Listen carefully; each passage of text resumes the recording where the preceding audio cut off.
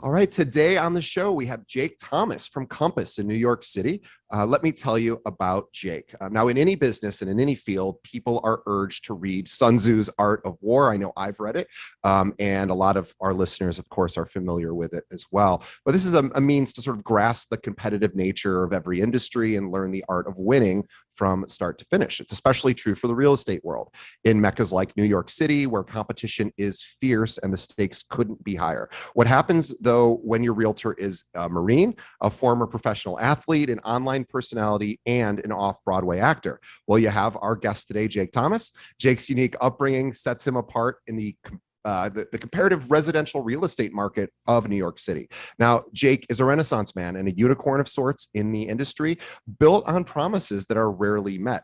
Now, Jake's eureka moment came in the winter of 2017 when he was employed at the coveted Ralph Lauren, where he quickly realized that his desire to truly work with people just wasn't being met.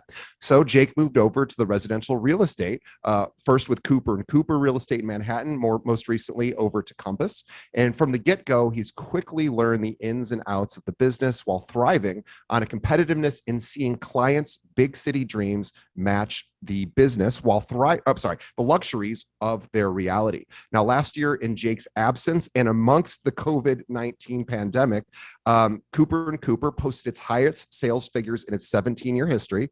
And since his returning to that firm month after month, all of the previous year's record-setting numbers have been shattered. Jake's been a point man to this effort, having already brokered and closed 60 transactions in 2021, leading the firm's monthly sales volume several times. Now, the mixture of both sales and rentals sees Jake doing a deal, this is incredible, every 4 days. In fact, it's actually every 100 hours, 52 minutes, and 53 seconds, to be exact. And we know that because he's that precise because, oh yeah, he's a Marine and an ex-professional athlete. So that's what he knows is precision and hard work, which makes sense because, of course, that is his background.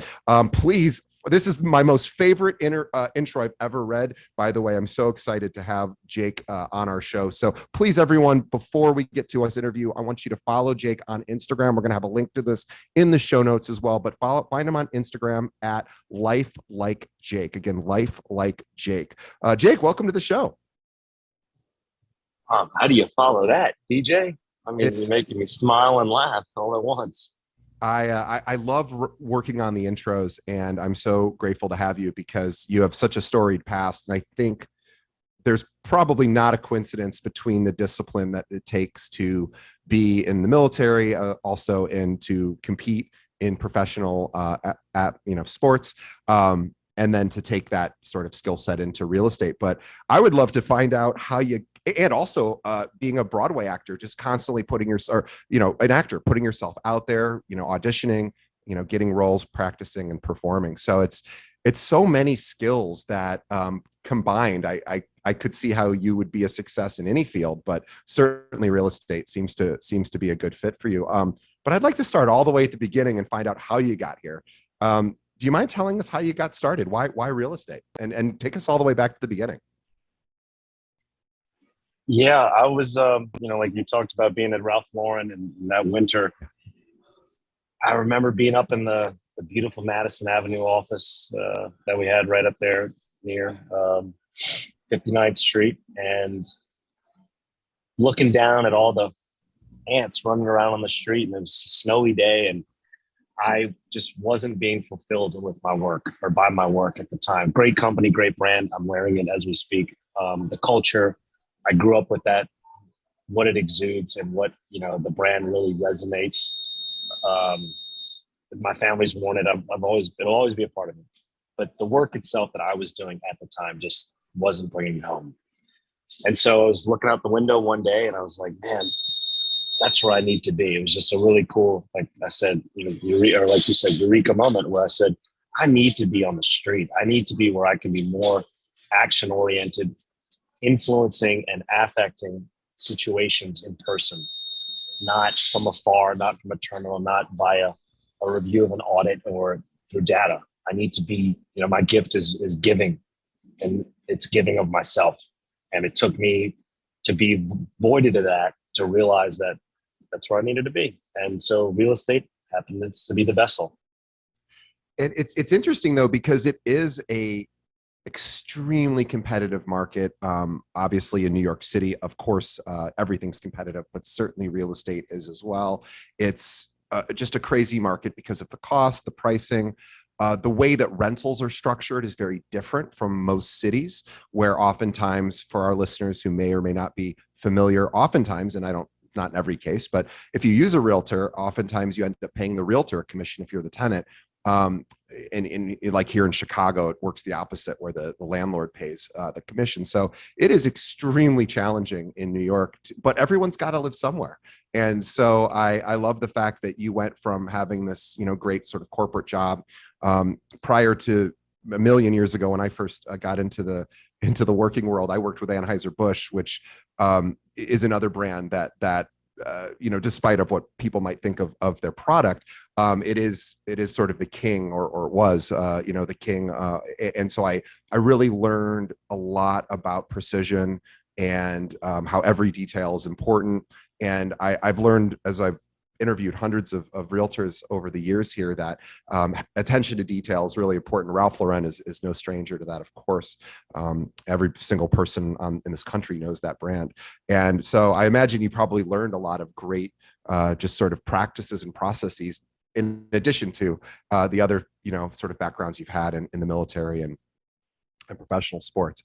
But when you made that switch over from, sort of the apparel world into real estate, how did you start? Because to me, that would seem so daunting.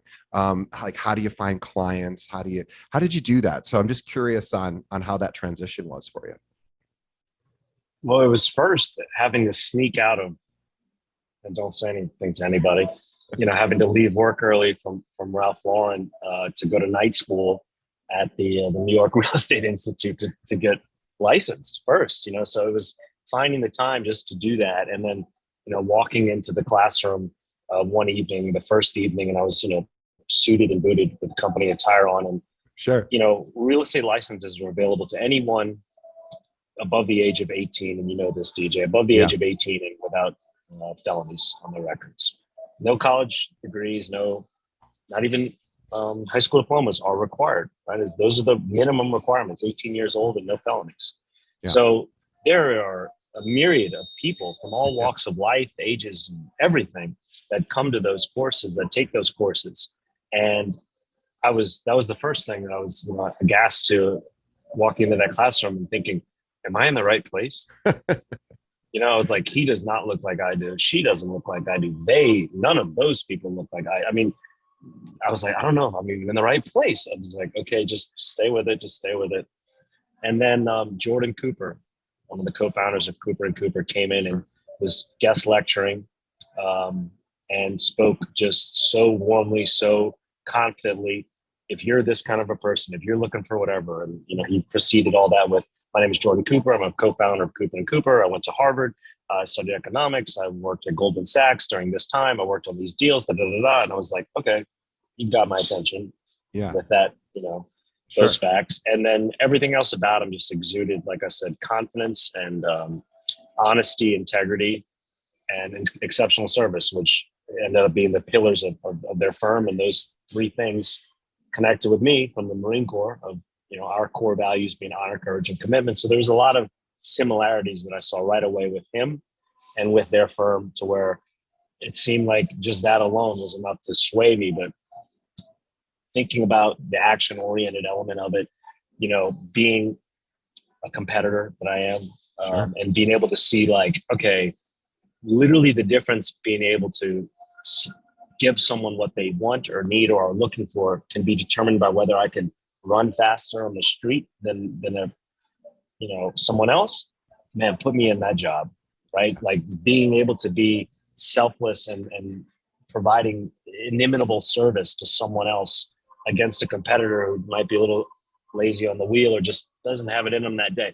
Put me in that job, right? Yeah. So I just started to find all these little edges to me that were more and more assets or more attributes or attractions, like hearing the daunting 90% washout rate of first year agents in New York City. 90%. I was like, man, that's all me, right? Like, it's a Marine thing, or the running to gunfire kind of joke, but like, hearing that immediately made me even just want it that much more. Yeah, and it's also true. Like, so there's a real estate school that teaches out of one of our offices, and so I tend to see the students as they file in, and you're right, it is a wide berth of different types of people who come to those classes. Some of them, are just investors. They just want to save on commissions and they're not going to do traditional realtor stuff. Then you have the more sort of people who look maybe more polished, come from sort of that maybe corporate world, and then you have people who are just trying something new, and it is very it attracts a lot of different types of people. And I suspect I've talked to a lot of people who are in the process of getting their license, who have got their license, and it's also a lot of people who go, well, I used a realtor for buying or selling something, and I was like, oh, I could do that, because there is this, there isn't a sort of, in Illinois, we have what are called minimum standards of sort of minimum standard practices, but they're pretty low. It's a pretty low bar to hurdle. And so for those that are willing to go that extra mile, or to realize that, yeah, there is competition here, and all you have to do, it's not that it's easy. Of course, nothing in life is easy that's worthwhile, but this idea that if I just work a little harder and a little smarter, and I'm going to be a client's choice, and understanding that that is absolutely possible, and that competitive nature, I'm sure, is really keeps you driven. But it's exciting to hear that the idea that 90% of people fail, like, excited you, because you were like, well, I you're not afraid of failure. Failure is like just part of the deal, but you're like, I'm just going to keep getting up and keep going. But how was that first year? Was it difficult to find clients, and how did you get your name out there? First, I mean, forget the first year, just those first few days, hours, weeks, of coming to terms with myself of, I just gave up salary and benefits, and Yeah. like getting through that doubt wall, that fear-filled, scrutinizing doubt wall, right? That we all have, and that is inevitable if you ever really go for it, and Yeah. anyone that's ever really gone for it, especially on any type of entrepreneurship, knows that wall well. And if you don't, I don't know, maybe you missed it, or you blazed past it, or you haven't really gone for it, because it's hard to not see that. And that was tough. Those first few hours, I was just like, oh my God, I can't believe I did this. And I remember I went home that afternoon after I'd punched out and submitted my resignation, and one of my windows had actually opened at my apartment and blown open, and there was like feet of snow in my apartment, like all over the place. Oh no. I remember my concierge calling me like, hey man, I think there's a draft in your place. And I was going in there, and I was like, oh, that's why. So it was a very funny little Yeah. paradox, maybe, or foreshadowing. And I was like, is this an omen of some kind? What's going on here, right? But no, it was grunt work. It was conviction. It was just, you got to get those reps in. You got to just keep going back to it, keep going back to it, keep going back to it, and just believe in the purpose, remembering where I came from, why I left, how I felt the way I did when I was there, and what it was that I was after, and knowing that it wasn't going to happen in a day, and that I was going to have to work and struggle and fail and fail and fail and fail until I found it. Yeah. Yeah, it's boy, that was so well said. And you talked about that sort of pit in your stomach. I was reading, I can't remember who said this, and I wish I could, but it was some entrepreneur who's had a bunch of successful startups, and said, if you don't have a pit in your stomach when you're starting something, your goal's probably not big enough that you're shooting for.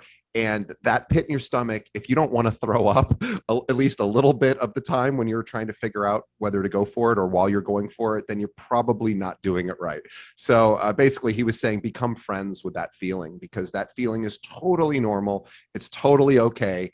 And you can still persevere despite that feeling. I think that feeling gets a lot of people, though. I think it stops a lot of people. It's like they don't realize, like, it's like being in the gym. It's no fun to do a rep that goes to failure. And I just came from the gym, so I'm thinking about that. And it is no fun for me to do any exercise that I have to sweat, or I went down for my last deadlift today, and I was like, oh, I can't get back up on this last one, which a deadlift is very short, small exercise. Range of motion is so tiny. It's not that it's even, it's like not as challenging as like a full squat as far as amount of energy it takes. But I couldn't do it, and I just didn't want to do it. And I said, well, I just got to do it anyway.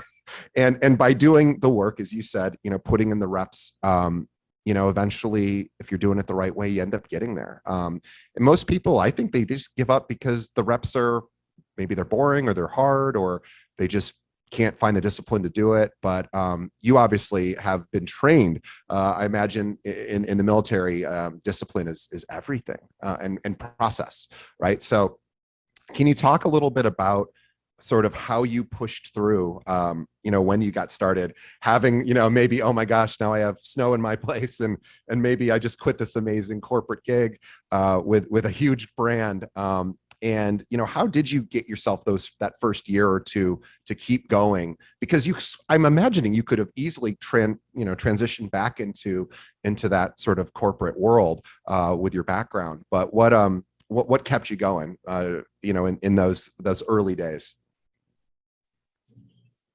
Honestly, it was the people, the customers. Like, I worked with a great team at Cooper and Cooper from top to bottom, from Jeremy and Jordan, the co-founding brothers, to everyone on their management staff, to the rest of my peers and colleagues. I mean, they're a boutique firm of very handpicked and polished and selected people. So it's very familial, very cohesive, small unit leadership. Again, a lot of things that I remember from the Marine Corps. So I was really well surrounded and insulated with positivity and encouragement.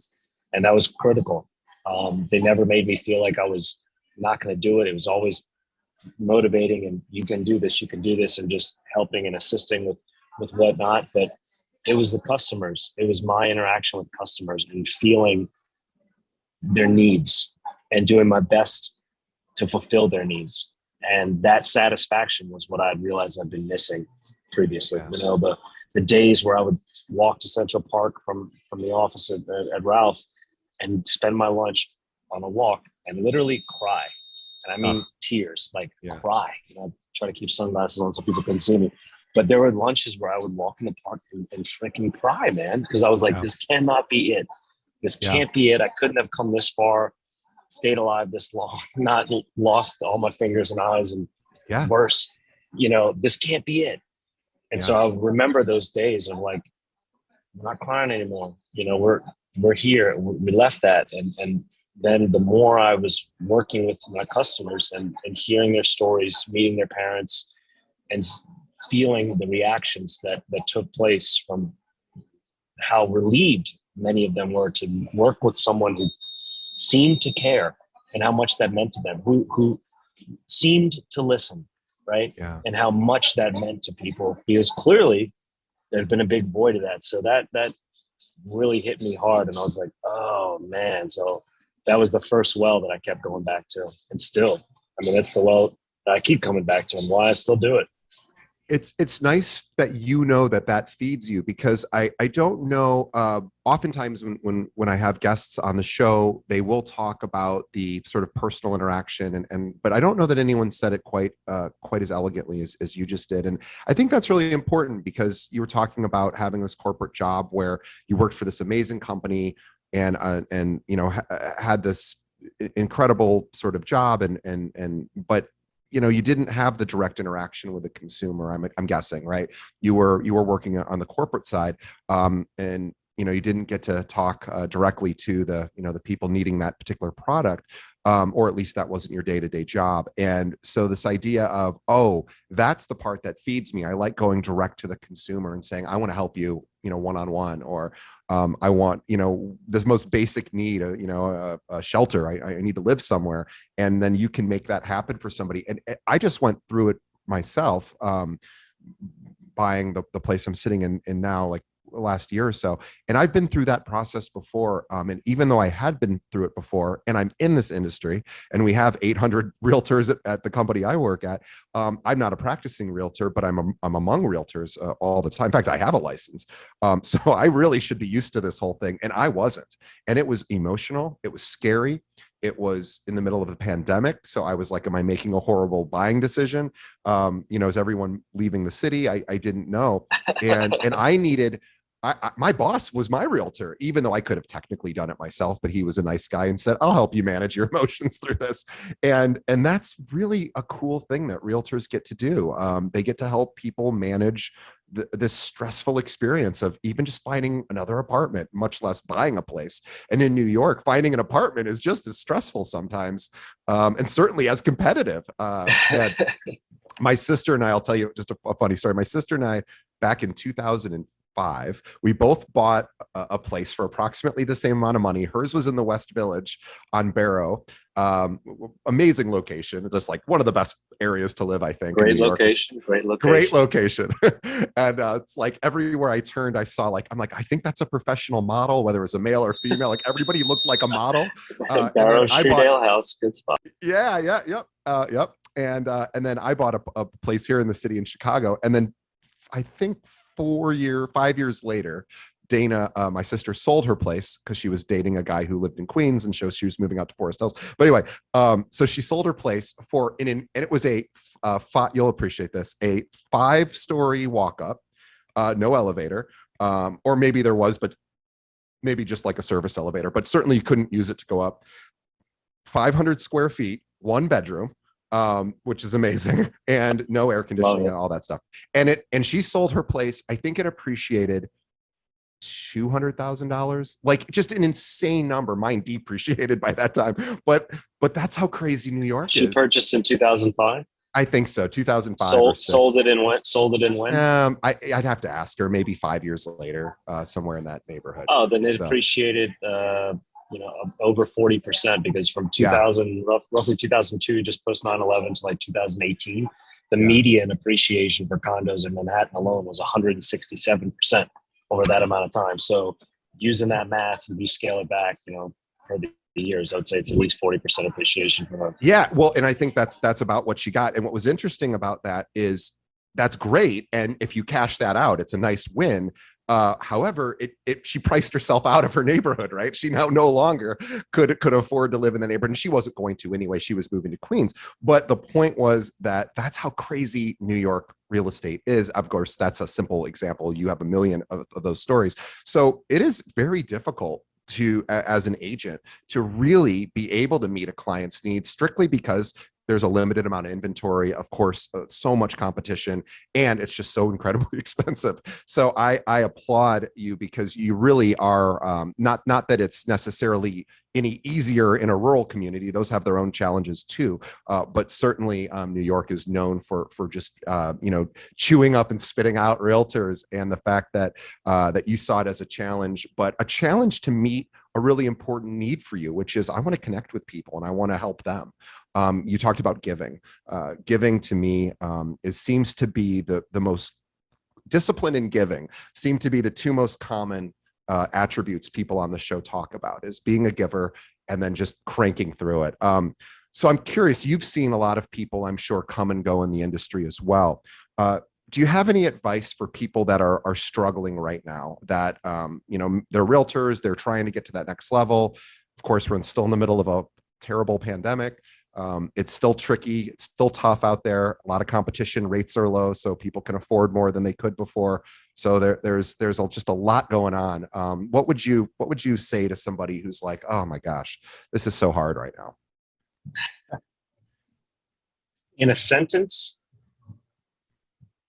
it's never the market's fault. It's never, don't blame the market, or if that's your reason, it can't be. Right. Good economy, bad economy, pandemic, non-demic, doesn't matter. There's always opportunity. There's always a deal to be had. There's always a deal to be made. Maybe it's not where you want. Maybe it's not, maybe you're a buy heavy broker. Maybe it's on the sell side. You don't like selling. Well, maybe that's where it is. Maybe you're buying and selling isn't working out too much, but you've got rental clients, but you don't like rentals. Well, maybe that's where it is. Maybe it's in a different borough. It's a different part of town. It's about being, maybe it's in those places you don't want to be in. You don't like being at, people that only want to look at night, people that only want to look early in the morning, people that only want to look on the weekends, holidays, afternoons. There's so much opportunity around if you can have a macro, I believe, perspective of all of it, as opposed to where I specifically am trying to find for me, because maybe it's the most convenient there, I've found the lowest Sure. hanging fruit.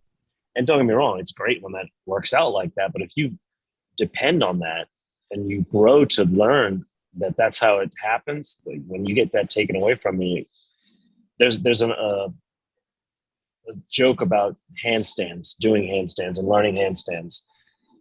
And you may have heard this talking about the gym. If you learn to do a handstand on the wall, you'll never get off the wall. That's a good point. And I'd say to remember that metaphor. Yeah, I have yet to get, it's funny. Even doing pull-ups, I can relate to that because we use a band to help sort of, because there's just so difficult to do a pull-up, as you know. But now when I try to do one or two pull-ups without the band, you're right there. It's basically it's better if I don't have the band to some degree, because then I learn that, I don't have a helper here and I can just power through, and eventually I'll be able to do that pull-up. But you're so right about it's the same argument. I get these calls. I do recruiting for our real estate company. And so I'm talking to realtors, and I don't hear it as much anymore. But when I started 11 years ago, there was a lot of like, well, what kind of leads can you give me? And that's really what you're talking about is, being, unfortunately, a lot of realtors probably think that's the solution. And of course, that's wonderful. If you can find a firm that can fire leads over to you, wonderful, good for you. But what happens when those lead sources dry up, or when the firm decides we don't want to spend that kind of money anymore on that? You're right. And also the fact that, you're a hustler in the most, sort of complimentary way I can say, hustler in a good way. Somebody who doesn't give up, somebody that understands, hey, I can just pivot. And rentals are something that a lot of realtors ignore. And now in New York City, probably not as much because they're so prevalent, but a lot of realtors, even here in Chicago, are like, oh, I don't want to do those. And I'm like, well, where do you think buyers come from? Like, they come from people who used to rent, unless they're super lucky and they just, have, a trust fund where they can put a down payment down when they're 18. Most people don't do that. So this idea of doing rentals, I love that idea. And I'm curious, have you found a lot of clients that have transitioned? New York's a whole different animal because the barrier to purchase is so high. But I imagine that happens, right? That transition from I'm renting now and I want to buy in the future. So funny, these last few years, basically since the end of 2019, definitely 2020. So everybody that was benefiting on the COVID deals, whether it's on the renting side or on the buying side, because throughout 2020, there's massive inventory. Normally, New York City sits around, a healthy market, 6,000 to 6,600 available apartments. That number got up to almost 10,000 or just over 10,000, I forget, by the close of the third quarter of last year. Wow. So huge bubble in an already very large market space, right? Yeah. But the demand, the normal amount of demand, which is always 98, 102%, wasn't there because of the exodus that had taken place. So there was this huge amount of inventory, not a lot of demand. So of course, ceteris paribus, prices fell, renting and buying. So everyone that could finally afford to live in New York, many people have been dreaming, could finally buy, could finally rent, etc. Well, now that all those renewals are coming up for renting, many of these clients are seeing 20, 30, 40, 50% increases on their rents because the rents don't have to be fixed to the normal per annum inflation rates, because the landlords can say, hey, we gave you a great deal. We did our part. Now we're only returning the rents to fair market prices. So you have to do your part and either pay the new price, which is the normal technical price, or, pack your bags. So because of that, there's a lot of opportunity for current renters seeing these enormous inflation amounts to become buyers. If you have liquidity, if you've got the means and liquid cash up front to be able to put down and buy and show money in reserves if need be for a co-op, you can actually become a buyer and be spending what you're spending currently, or certainly not nearly what they're asking in the inflation amount. And you'll be owning equity instead of paying someone else to rent their asset, of which maybe you can't even afford at the new price. So this is going to be a whole nother year of opportunity. The same way, 2020 was very opportunistic for the newcomers to the city, for buyers getting great deals on the sell side. And then later on throughout 2020, it became, the shift. The demand went through the roof. The inventory went back down. Everything got swallowed back up by April. And now we're seeing just kind of the elastic response of, okay, I don't know what to do. And there's a lot of people that are stuck in the middle. But dare I say, the same amount of surge we saw on the renting side for COVID deals, there's going to be a lot of new buyers this year that are already happening. That is really exciting. And I just love the fact that you see the opportunity versus the struggle, right? So the struggle's there, of course. This business, having to wear all the hats a realtor has to wear, is of course a very daunting task. And I applaud everyone who does it professionally and that's their full-time gig, because it is not easy, of course. But I love the fact that you're just a guy who pivots. And I don't mean to say you're just a guy who pivots, but you're a guy who pivots when you see something not working. You'll move to something else, and you just look for the opportunity. And there's always, as you said, always opportunity. But you're absolutely right. You just painted a very rosy picture of this year. Whereas I suspect if I asked other agents in your market who maybe aren't doing as well, they might have a different opinion, right? They might see things in a more negative light. Sure. And they might say, oh, well, gosh, I mean, people are still freaked out. No one's coming back to the city, or whatever the story they're telling themselves to keep their sort of idea of why things are so hard in alignment. And I love the fact that you just gave us some really exciting news. And you also, by the way, we should talk about results, because it's one thing to just have a rosy perspective on where things are headed, but you're a results guy. And, that's, being in the military, being in professional sports, of course, it's all about results, the discipline to get those results. And you're closing a deal every 4 days, whether it's a rental or a sale. That is an incredible feat for anybody in any market. How do you manage all of that traffic, right? So there's just a lot of to-dos on your plate. Every couple of days, there's somebody closing. How do you keep that all organized? I'm just always interested in systems. So not that you need to get too granular with it, but tell us a little bit about how you organize all that information. That's so funny, between your own, client management system. I had my own simple Excel doc that I'd set up and had various formulas throughout to sort and itemize and sum and configure some quant tips and count tips and other things for me to just to be able to see kind of a pattern of consistency and like really probability, right? To where I could say on Wednesdays between 3 and 5 p.m. I need to be in the West Village because it's my highest probability of success based on where I've been, the deals I've done, what size I'm looking for. This is likely the profile of the buyer or the renter. He or she is going to probably be of this age. They're probably going to have this budget, and this is the ideal move-in date. And I had that dialed in based on everything that I put into this, and I had some friends help me out with the algorithms. But that's what I was drilling it as specifically as I possibly could that way, to where, and it was every 4 days. I had it at one point, it was less than 48 hours, which is fun because when I watched those numbers creep up, I was like, no, I wanted to stay at one point, it was less than 36 hours. So it was fun because I kept it as a game. It was playful. I kept it exciting. It kept me interested. And at the same time, I was really doing what people wanted or what were asking of me, right? So I was just running to the calls, running to the screens, running to the fires, right? And just saying, give me more, give me more, give me more, load me up. And for me, the more they came, the more they asked, the more it motivated me. So it's again, really, I thank the consumers, I thank the people who I've been able to serve, because it's them that give me this drive. Like, to me, it's reciprocal. I play off of what I'm receiving. And like you touched on with people seeing this and the negatives, yeah, I'm sure that's true. I'm sure there's truth to a lot of the fear and the doubt and uncertainty and speculation. Maybe. I don't subscribe to it.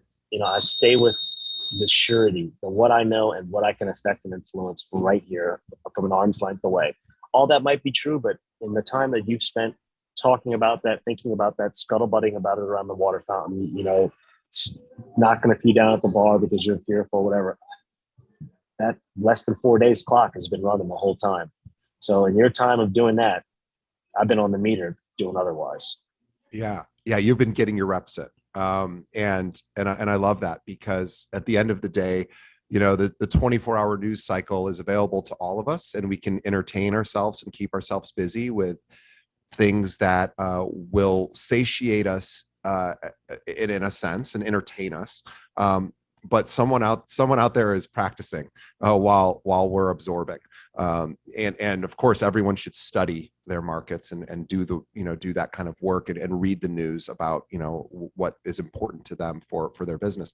But it is very easy to get caught up in what's happening versus charting your own path. And you're somebody, of course, who doesn't seem to subscribe to, I'm going to let things happen to me. And I would love to talk about social media and the role that's played for you, because you have an impressive social media following, which is not as easy, I think, and not to make this a gender conversation, because of course we're two guys and we could talk about guy stuff, but it seems that guys have a harder time building a social media following. You've built up an impressive following. Your social media, your Instagram account, for example, has about 16,000 followers, and you post a lot about your life on there. You really sort of show who you are. And I wanted to curious on how that has impacted your business. Do you find that obviously you have a following, you have people that are interested in your life, but can you talk a little bit about how that started and how you decided what you decide to put on social media and how that helps your business? Yeah, I've always been very inclusive of other people into what I'm doing. Like, I've always been a fan of sharing, like, hey man, I'm at this movie, like, who wants to go to the movies? Here, oh my God, you guys have to come to this restaurant. Or, oh my God, this place was so cool. This was like, I always want to share it with someone, so that, not that I'm pushing it on you, but like, if you can feel what I'm feeling, it's going to make you feel great. Or if I could share this feeling with someone else, like, maybe the world would be a better place, kind of thing. So for me, I've never wanted my work to dominate what I broadcast. I want it to be about the experiences that I have, and trying to share those, the places that I've gone, the foods I've eaten, the things that I've seen, people I've interacted with. Like right now at this little Mexican restaurant in Williamsburg, I'm the only one in here, and conversing with the hostess and the owner. And my mother's from Mexico. They're both from Mexico here, and I immediately started speaking to them in Spanish, and they both looked at me like most people usually do, like, why do you speak like this, with this accent and everything? And this is $1 million moment that no one's going to see, that no one's going to have, but that I've just bathed in, and I'm just glowing from it. That's how I feel. And so that's what I try to put out. Try not to get caught up in too much of the other stuff. There's enough negative in the world that I don't need to personally feel that I need to add on to that. Right? People are going to find that wherever they want. There's no shortage of it. So if I can give a little bit more smiles and cries to the world, that's a win for me. My mission statement is for me to find an outlet in life that permits me to give everything I have of myself away. Real estate is my way of doing that, and whether it's a specific transaction or just the kind of nuance of the business, yeah, because it is lifestyle oriented. It is about people and experiences, and that's what I'm trying to pump out. And if people like it, cool. Yeah, and I like that you are willing to share, and everyone's got different boundaries around what's comfortable for them and sharing on social.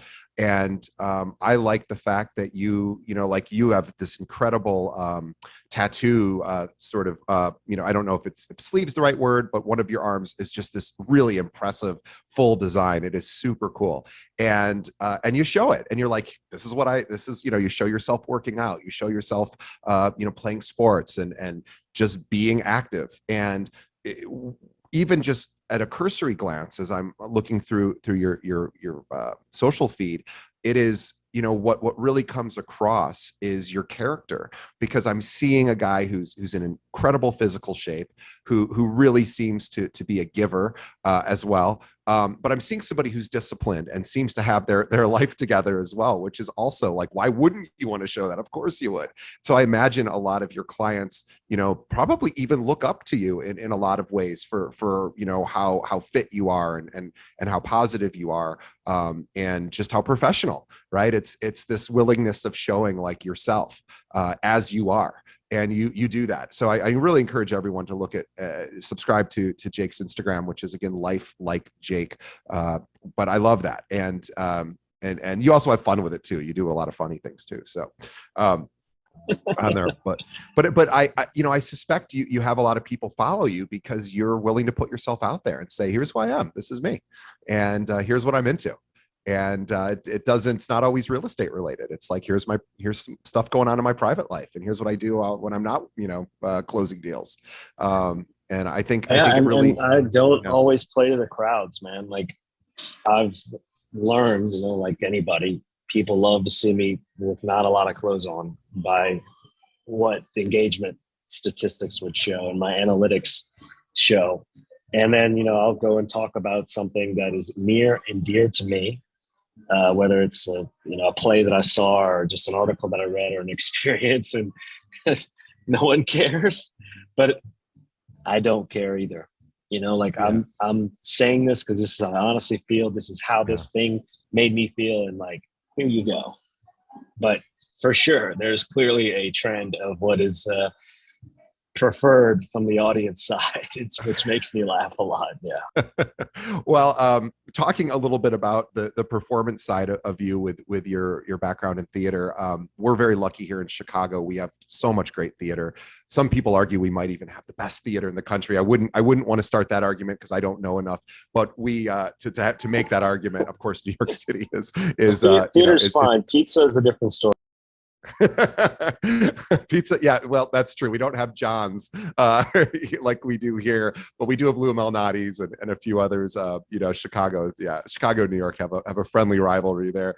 But it is let's talk about theater and performance, because I've interviewed a number of successful realtors who they are authentic. And I'm in no way suggesting that there's not authenticity, but this idea of, no, this is still a performance. It's an authentic performance, not social media. But when I work with a client, I consider that a performance where I'm going to be presenting to them. I'm going to be, also listening and doing a lot of interaction.